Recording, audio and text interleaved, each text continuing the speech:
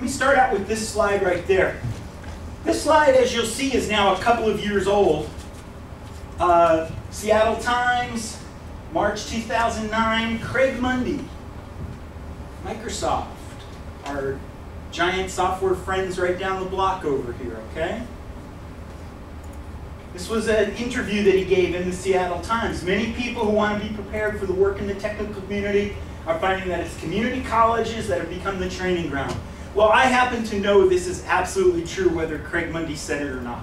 Doesn't matter. I know it's true because I've been through this exact thing. Okay? My background, I actually started with a degree in finance. Many years ago, started as an accountant. Okay?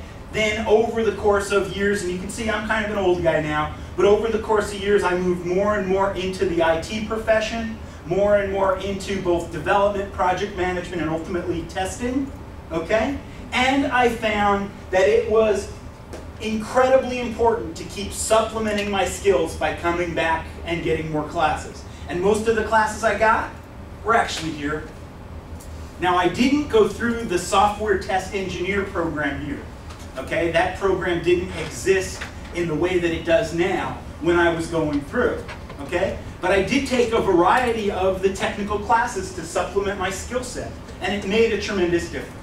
Okay, I mean, it's really, really hard to get this, to keep developing your skills, and you need help doing that. Okay? This is something I also like to put out at the very start of this session. It's just available. Hopefully it's big enough that you can read it, okay?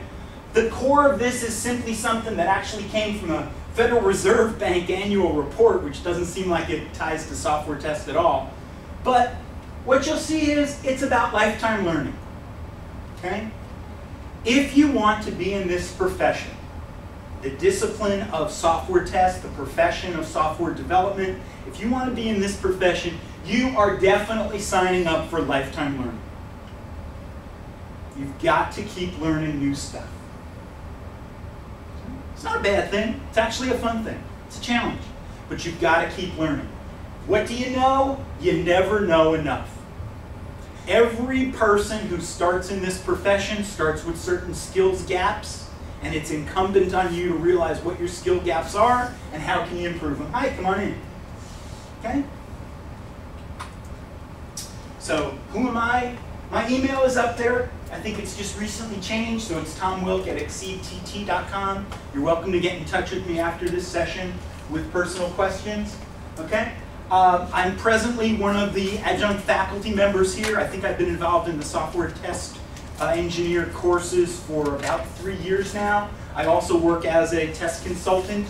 I've been a test manager. I've been at Microsoft as both a software test engineer and then an SDET. Okay? Prior to Microsoft, I've done tasks as development, PM support, analysis, accounting. I don't know. Is it 17? I don't know. As my hair gets grayer, maybe it's 18 by now, I'm not sure. But it's somewhere approaching 20 years in this profession, okay, in this business, okay? I am a lifetime member of the Association of Software Tests, and one of the things why that might matter to you is not only am I committed to this discipline, okay, through my alignment with certain organizations, but also I sort of subscribe to a body of work or a school of thought about software testing, which is that the best software testing has to be context-driven. Okay?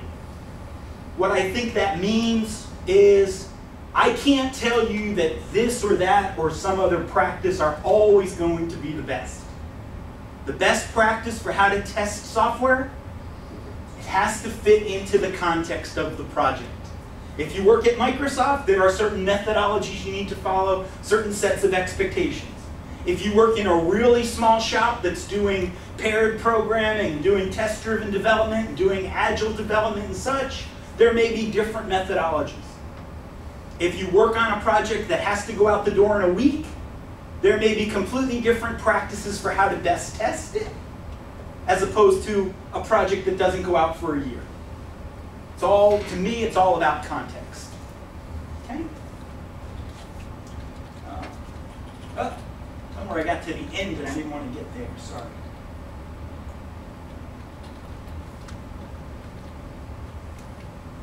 So these are my goals for this session. Okay? I want to provide you with whatever information you came here looking for. I want you to be able to leave tonight feeling good. Just as an aside, I'd like to cut a deal with everybody, if you're okay with it. I'd like to cut a deal. I'd like us to play sort of by what I would call Las Vegas rules. Okay? What we say here stays here. Okay? So nobody has to feel bad if you're asking questions or such. Those questions are never going to be used against you later. They're not getting back to your boss or anything like that. So I hope you find that to be fair. Okay? There are no silly questions here. You're here with an opportunity to ask whatever level of question you need to get an understanding of whether this program, whether these classes might benefit you. But you said you're going to put it on YouTube though. Pardon? You said you were going to put this... We are. We'd like to put this sort of presentation onto YouTube, yeah. But don't worry, your faces and your comments aren't part of that. Okay? My goal is to cover this in a manner that helps you understand it best. I totally realize everybody's coming from slightly different places. You've got different skills, different ambitions, okay? So everybody's got kind of different ways they need to understand it. And I think it's very important for me to raise my hand right up front and tell you, I'm not here to sell you anything. This isn't a commission type of a thing. I'm not here to sell you something, okay? I don't know if the classes, either individually or as the overall program, I don't know if that's right for you or not. And I'm not here to tell you it's right for you or not. I'm here to give you enough information that you can hopefully make a good choice for yourself. But no twisting of the arm, no selling, okay? I want to help you understand this enough that you can make a good choice, okay? We can create a safe environment for asking questions. Unfortunately, there's no guarantee that you come out of these classes or this program and automatically get a new job or get hired for a better job. There's no guarantees, I'm sorry to say. The truth of the matter is that the software testing profession has changed substantially in the last 15 years. It's gotten harder.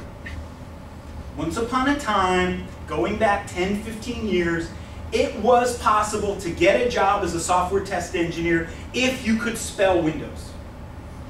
That is no longer the case.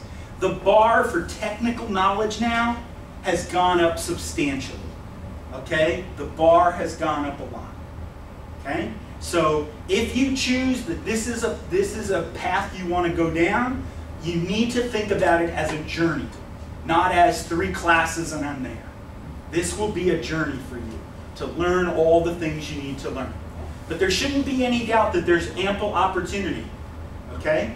Whether it be Microsoft or any of the other folks around town, we live in a software development rich community, okay? There's a lot of software being built around here. There's a lot of devices and a lot of things now that sort of straddle the line between hardware and software. There's a great need for people who understand how to test. One other thing I'll throw out real quick related to this, just sort of talking about our profession, is to what degree do you recall in the last few months hearing stories on the news about cyber attacks, security breakdowns, those kinds of things? It's been out there quite a bit. There was a time a few months ago where it seemed like every single day there was a new hacking exploit being done, okay? In some ways, for me, in my opinion, that speaks to the gap in good testing. There's a lot of software out there that hasn't been tested very well, and it's a shame, okay? It's a shame. So I don't think there's any doubt that the need for good, high-quality test engineers is there, okay? Whether it be through the job market or just through the delivery of higher quality products. So,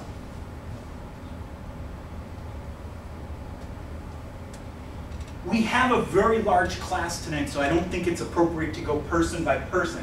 But maybe just do a quick little show of hands. Can I get a sense of how many folks have any kind of experience working on software? Working on a software team of any type, okay? All right, and how many folks have actually had experience working as a software test engineer? Notice I use that term as opposed to using the term tester. Exactly, I just used like black box testing? Not that Black box testing is that's testing. Yeah. We love black box testing. That's the core of what we're going to do. Everybody, ooh, black box, man. Hey, if you don't know black box test techniques, you probably don't know much about testing. So I applaud that. That's great. You'll notice I use the term software test engineer as opposed to tester. To me personally, the term tester has become derogatory. That's just to me personally. To me, it has an implication that you just pull somebody off the street, here, test this, okay? And I don't believe that our profession withstands that anymore. I think that now the demands for skill, the demands for analytical capabilities, okay, really speak to people coming into this business thinking of themselves as engineers, okay?